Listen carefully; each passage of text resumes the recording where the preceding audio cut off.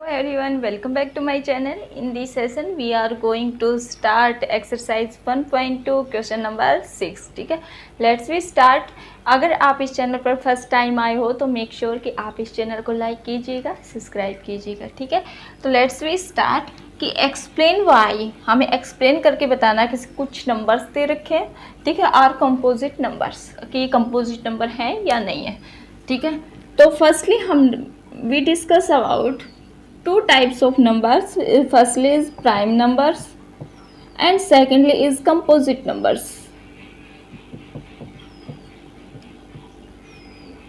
Okay, and in short way prime numbers क्या होते हैं कि जिनके two factor which have only two factors, only two factors. Okay, and composite more than two factor, जिसके to से ज़्यादा factor हो, मोर देन टू फैक्टर्स. अब आप लोगों के माइंड में ये आ रहा होगा कि प्राइम नंबर फिर टू फैक्टर्स वाले होते कौन से हैं. प्राइम जिनके एक तो वन फैक्टर हो, एक नंबर इटसेल्फ हो, वो होते हैं हमारे पास प्राइम नंबर्स. फॉर एग्जांपल 2 ले लिया हमने, 3 ले लिया, 5 ले लिया. अब इसके फैक्टर देखो 1 है एंड 2 है. ये किसी की टेबल में आता है और नहीं आता. 1 है, 3 है, ये किसी की टेबल में आता है, नहीं आता. 5 है, ये 1 है और 5 है, इसके भी 2 फैक्टर हैं. ये 5 किसी की टेबल में आता है, नहीं आता. ऐसे ही हमारे पास अगर हमने 4 ले लिया तो 2 के फैक्टर क्या क्या होंगे, 4 के फैक्टर क्या होंगे. एक तो 1 होगा, एक 2 होगा, फिर 2 होगा, फिर 4 होगा. ओके, तो हम यहाँ पे देखते हैं कि जिसके मोर देन 2 फैक्टर्स होते हैं ना, वो क्या कहलाएंगे हमारे पास कंपोजिट. यानी कि 4 क्या है हमारे पास कंपोजिट नंबर्स हैं जिनके केवल 2 ही फैक्टर हैं, एक तो 1 और एक number itself. Then it is called the prime numbers. I think अच्छे से समझ में आ गया होगा प्राइम नंबर और कंपोजिट नंबर्स क्या होते हैं. को अच्छे से माइंड में सेट कर लो, क्योंकि क्वेश्चन में अब कंपोजिट नंबर हमारे पास क्वेश्चन नंबर में पूछ रखा है कंपोजिट नंबर्स. और कंपोजिट नंबर्स क्या होते हैं, मोर देन 2 फैक्टर्स होते हैं. ठीक है, अब हमारे पास फर्स्ट पार्ट दे रखा है इसमें 7 मल्टीप्लाई 11 मल्टीप्लाई 13 प्लस 13. तो ये हमें बताना है, पार्ट है हमारे पास ये. ठीक है, अब ये बताना है कि हमारे पास ये कंपोजिट नंबर है या नहीं है. कंपोजिट नंबर माइंड में सेट रखो कि मोर देन 2 फैक्टर होंगे तो वो चाहिए 1 ही फैक्टर ज़्यादा हो. ठीक है, चाहिए हमारे पास 3 फैक्टर हो, लेकिन मोर देन 2 होने चाहिए. ठीक है, तो हमारे पास यहाँ पे देखते हैं, पहले 13 को कॉमन लेते हैं. 7 मल्टीप्लाई 11 प्लस 1. ठीक है, 13 को कॉमन ले लिया तो यहाँ पे 1 रहेगा. ठीक है, अब हमारे पास हो गया 13, 77 प्लस 1. Okay, 13 multiply 78. हालांकि हमारे पास 13 है वो प्राइम नंबर है, लेकिन 78 के बहुत ज़्यादा फैक्टर होते हैं, मैनी फैक्टर्स होते हैं. 78 के 2 3 जा 2 9 जा 3 30. ठीक है, तो देखते हैं हमारे पास कि जिसके भी हमारे पास मोर देन 2 फैक्टर्स हो जाते हैं, यानी कि ये हमारे पास क्या हो गया, कंपोजिट नंबर्स हो गया. क्योंकि हमारे पास फैक्टर क्या आ रहे हैं, मोर देन 2 फैक्टर्स आ रहे हैं, तो इसलिए ये हमारे पास क्या हुआ, कंपोजिट नंबर. अब हम सेकंड पार्ट करते हैं इसका. सेकेंड पार्ट क्या है हमारे पास, 7 multiply 6 multiply 5 multiply 4 multiply 3 multiply 2 multiply 1 plus 5. ठीक है, एंड इसमें देखो बेटा हमारे पास 5 कॉमन आ रहा है, तो यहाँ पे वो हो गया 7 multiply 6 multiply 4 multiply 3 multiply 2 multiply 1. Okay, and plus 1. ठीक है, तो ये आ गया हमारे पास 42 24 एंड प्लस 1. ओके, 42 और 24 को मल्टीप्लाई करो.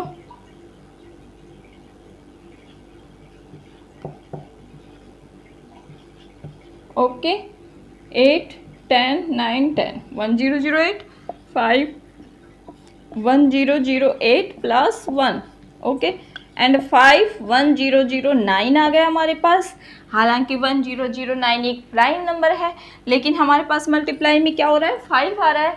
यानी कि 5 की और 1009 की मल्टीप्लाई करेंगे तो वहाँ 1 भी फैक्टर होगा, 5 भी फैक्टर होगा, 1009 भी फैक्टर होगा. ठीक है, और जिसके भी हमारे पास मोर देन 2 फैक्टर्स आ रहा है तो वो हमारे पास क्या है, कंपोजिट नंबर। ठीक है, तो ये हमारे पास यही हमें बताना था। ठीक है, कि एक्सप्लेन करके बताओ कि ये हमारे पास कंपोजिट नंबर है या नहीं है। ठीक है, रीजन बताना था कंपोजिट नंबर है किस कारण है। ठीक है, तो ये हमारे पास क्वेश्चन नंबर 6 था। ठीक है, नेक्स्ट क्वेश्चन हम अपनी नेक्स्ट वीडियो में करेंगे। Thank you for watching my video. Thank you, bye. To start exercise 1.2 class 10th and हमारे पास ये लास्ट क्वेश्चन है इस एक्सरसाइज का, फिर हम अपनी नेक्स्ट एक्सरसाइज क्वेश्चन पार्ट करेंगे। ठीक है, तो लेट्स वी स्टार्ट। हमारे पास क्वेश्चन क्या कह रहा है कि there is circular path, 7th question है, sorry. There is a circular path around a sport field, Sonia takes 18 minutes and 1 round of the field and while Ravi takes 12 minutes. Okay, suppose they both start at the same point and at the same time and go in the same direction. Okay, and after how many minutes will they meet again at starting point? Question समझ में आया? Question है कि हमारे पास एक field में circular path है, ठीक है, and Sonia takes 18 minutes. Sonia कितने मिनट्स लेती है? 18 मिनट्स लेती है 1 राउंड को कंप्लीट करने में। वो सर्कुलर पाथ है ना, उसका 1 राउंड कंप्लीट करने में कितने मिनट्स लेती है? 18। ठीक है, वाहिल रवि टेक्स 12 मिनट्स, और रवि कितनी मिनट्स लेता है? 12। यानी कि Sonia how much time? 18 minutes. Okay, and Ravi 12 minutes. ठीक है, यानी कि सोनिया तो 1 राउंड को कंप्लीट करने में 18 मिनट्स लेती है, रवि लेता है 12 मिनट्स, यानी कि रवि की स्पीड ज़्यादा है सोनिया से। ओके, तो हमें ये बताना है कि वो दोनों एक साथ स्टार्ट करते हैं, चलना राउंड लगाना एक साथ स्टार्ट करते हैं, और हमें ये बताना है कि कितने टाइम में, कम से कम लिस्ट, कम से कम टाइम में कब आकर वे एक ही पॉइंट पे आकर फिर दोबारा मिलेंगे। ठीक है, तो हमें वो लिस्ट टाइम बताना है, यानी कि कम से कम टाइम कितना लगेगा उन दोनों को आपस में मिलने में, यानी कि कम से कम कितना टाइम मिला। ठीक है, सोनिया 18 मिनट्स लेती है, रवि 12 मिनट्स लेता है, सेम टाइम पे सेम डायरेक्शन में चलना स्टार्ट करते हैं, रवि की स्पीड ज़्यादा है सोनिया से। तो हमें एक ऐसा कम से कम कितने मिनट बाद आकर वो आपस में मिलेंगे। ठीक है, एक पॉइंट पे आके, जो स्टार्टिंग पॉइंट है उस पे आके कितने मिनट बाद मिलेंगे। ठीक है, वो बताना है हमें। तो फर्स्टली हम लिस्ट टाइम हो गए, यानी कि एलसीएम निकालना है। ठीक है, तो 18 का और 12 का हम क्या निकालेंगे? एलसीएम। और एलसीएम कैसे निकालते हैं? फैक्टर करके। 2 9 जा, 3 9 जा, 3 1 जा। ठीक है, ऐसे ही 12 की निकालो। 2 6 जा, 3 2 जा, 2 1 जा। यानी कि 18 के तो हमारे पास फैक्टर क्या क्या हैं? 2 × 3 × 3 × 1, एंड 12 के आए हैं हमारे पास 2 × 3 × 2 × 1। ठीक है, एलसीएम कैसे निकालते हैं? जो कॉमन है उनको एक बार, जो विदाउट कॉमन है उनको कंटिन्यू लिखेंगे। ठीक है, एलसीएम कॉमन 2 है, ये 2 रख दिया, 3 है, ये भी 3, और जो आगे 3 है नहीं है कॉमन, उनको एज इट इज रख दिया। ठीक है, अब हमारे पास क्या है?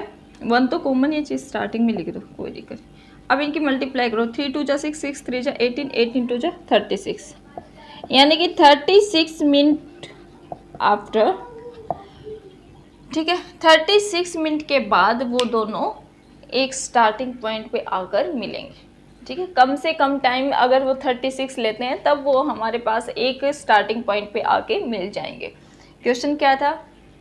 एक सर्कुलर पाथ था, उस पर जो सोनिया है वो 18 मिनट्स लेती है एंड जो रवि है वो 12 मिनट्स लेता है। तो अब हमें उनका सेम टाइम और सेम डायरेक्शन में वो चलना स्टार्ट करते हैं। ठीक है, लेकिन हमें वो कम से कम वो टाइम बताना है जो जहाँ पे वो फर्स्ट टाइम आके मिले, एक ही पॉइंट पे दोनों आपस में आके मिलेंगे, क्योंकि रवि की स्पीड ज़्यादा है और सोनिया की कम है। तो कितने मिनट टाइम बाद, यानी कितने मिनट बाद वो आपस में आके मिलेंगे। तो हमने क्या किया? कम से कम टाइम निकालने के लिए हम क्या निकालते हैं? एलसीएम निकालते हैं। तो एलसीएम निकाला, एलसीएम आ गया 36, यानी कि 36 मिनट के बाद वो आपस में स्टार्टिंग पॉइंट पे आके मिलेंगे। ठीक है, तो ये हमारे पास था लास्ट क्वेश्चन इस एक्सरसाइज का। नेक्स्ट वीडियो में हम अपनी नेक्स्ट एक्सरसाइज का जो इंट्रोडक्शन पार्ट है वो करेंगे। Thank you for watching my video. Thank you, bye.